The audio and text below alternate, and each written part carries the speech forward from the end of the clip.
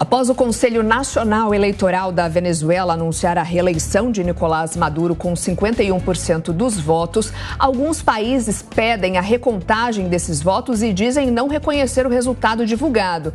Sobre este assunto, vamos conversar agora ao vivo com Natália Fingmer, que é professora de Relações Internacionais da ESPN, para a professora conseguir tentar a gente entender, né, toda essa repercussão desde o resultado. Certamente essa eleição de domingo foi bastante desafiadora, até em conversas já antes, né, das eleições de domingo com outros especialistas e professores de relações internacionais, era difícil se chegar a alguma resposta, né, saber qual era de fato esse resultado. Nicolás Maduro, portanto, foi o grande vencedor, né? A oposição claramente não gostou, já tinha até expressado desconfiança e falta também de transparência durante esse processo eleitoral em relação à contagem dos votos.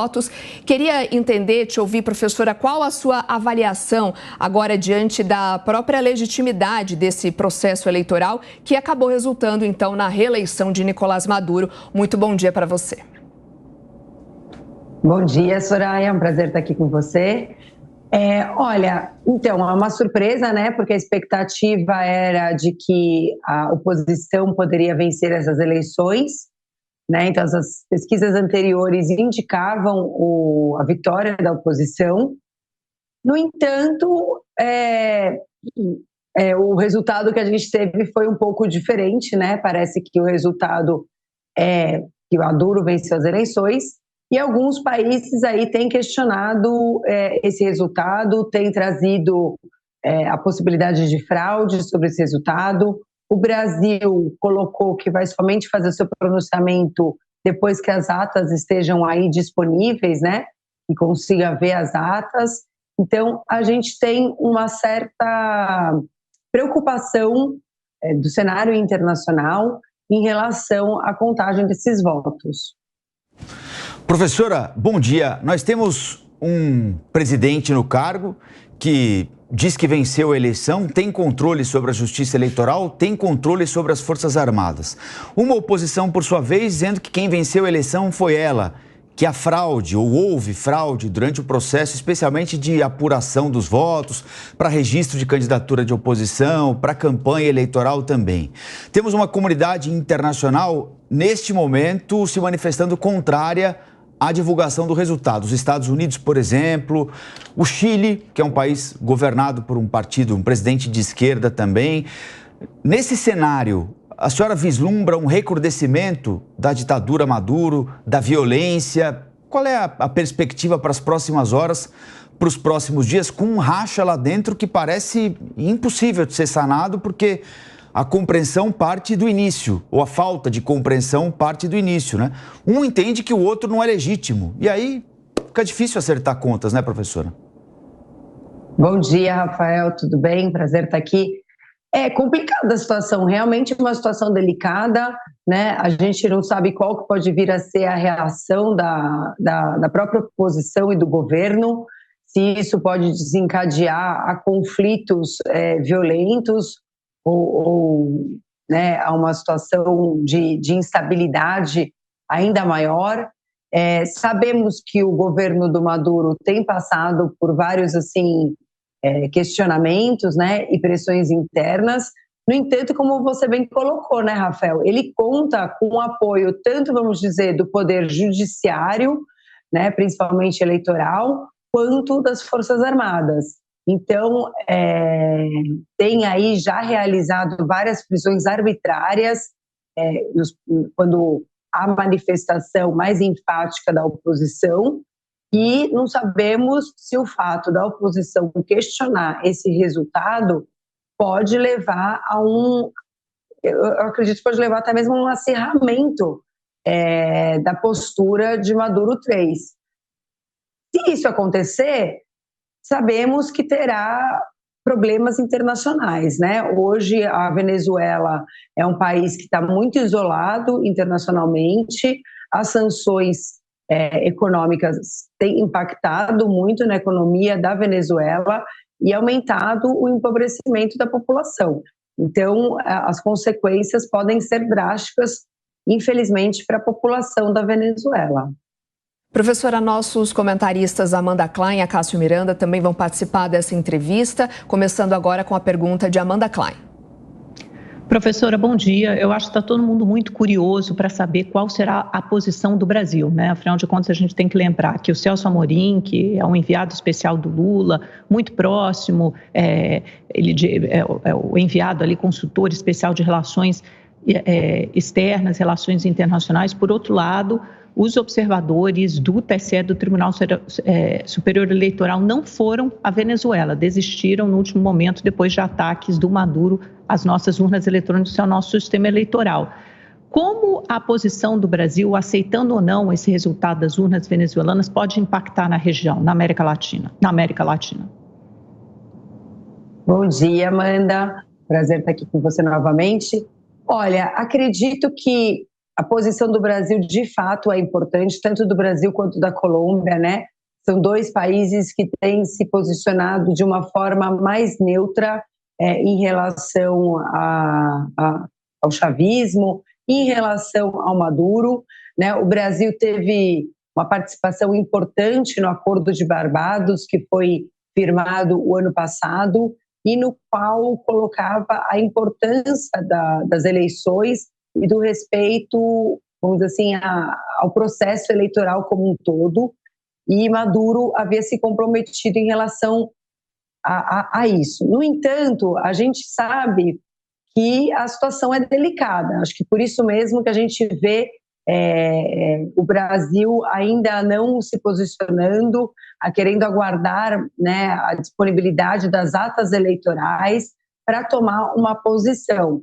Porque o Brasil tem um peso muito grande na América Latina, né, como um todo, na América do Sul principalmente, e o fato do Brasil vir a reconhecer essas eleições podem impactar como os outros países vão se relacionar com a Venezuela. É difícil saber qual vai ser a resposta do presidente Lula. Acredito que, dependendo da resposta, né, as relações entre Brasil e Venezuela e Brasil e o restante dos países da América do Sul pode ser afetado, né? Se o Brasil se posiciona favorável, a gente pode ver um cenário de estreitamento com as relações com a Venezuela, no entanto, de afastamento com outros países. Agora, se o Brasil se posiciona, né, contrário às eleições e afirma que foi constatado fraude, e de fato é importante que se prove, né, a constatação de fraude, que não seja feita de maneira infundada, somente pelo fato de ser uma eleição na Venezuela. A gente sabe que tem observadores internacionais, como o Carter Center, acompanhando esse processo eleitoral. Então, eu acredito que o Brasil está aguardando um pouco o posicionamento do Carter Center, né, que faz parte aí uma organização ligada às Nações Unidas, para fazer a divulgação da sua posição. E se for contrário, o Carter Center mostrar, né, de fato que houve fraude, a gente espera que o governo brasileiro esteja alinhado com essa posição e a Venezuela vai ficar muito isolada regionalmente. Acácio? Agora, você fez menção ao Carter Center, à ONU, a questão das relações da Venezuela na América do Sul, mas é importante nós lembrarmos nessa equação dos Estados Unidos. Os Estados Unidos foram, ao longo dos últimos anos, os grandes opositores do regime venezuelano, e as sanções impostas à Venezuela também partiram dos Estados Unidos. Você vê uma tendência de manutenção desse cenário atual ou até um eventual recrudescimento nessas relações? Bom dia, Cássio, tudo bem?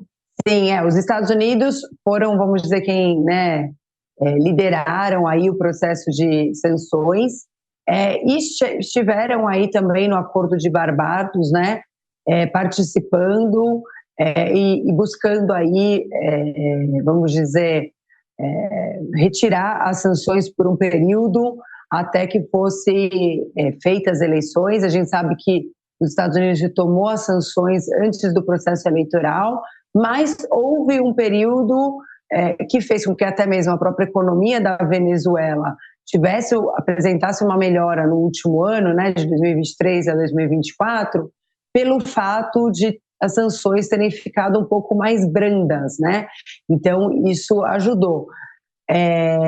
Por que os Estados Unidos tomou essa iniciativa? Há uma questão de, vamos dizer assim, de falta, né, de recursos internacionais, né? O principal recurso que a Venezuela provém é o petróleo, né? E com todos os conflitos ali na região do Oriente Médio, até mesmo na questão da guerra entre Rússia e Ucrânia, o acesso ao petróleo se tornou um recurso escasso, e por isso mesmo os Estados Unidos viu a importância de talvez recrudescer essa relação entre Venezuela e Estados Unidos e tentar fazer com que fossem retomadas as relações econômicas, principalmente entre os dois países.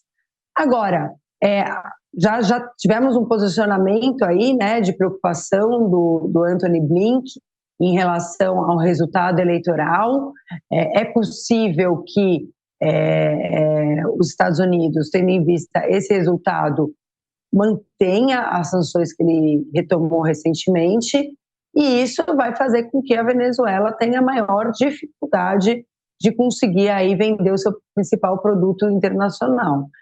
Lógico que sempre a Venezuela mantém uma relação muito próxima com a China, com a Rússia, até recentemente assinou um acordo de aprofundamento com a China, né, buscando aí intensificar as relações econômicas. No entanto, a gente sabe que alguns dos seus aliados tradicionais andam mais preocupados com outras questões do que a Venezuela. Um exemplo disso é o próprio Irã e a Rússia. Professor, o Fabrício Naitz, que quer fazer uma pergunta para a senhora também. Fabrício? Bom dia, professora. Prazer falar com você novamente. Você mencionava agora há pouco as Forças Armadas. Ontem à noite, durante a madrugada, melhor dizendo, depois que saíram os resultados, a Maria Corina Machado chegou ali a convocar as Forças Armadas para, abre aspas, cumprir com o seu papel.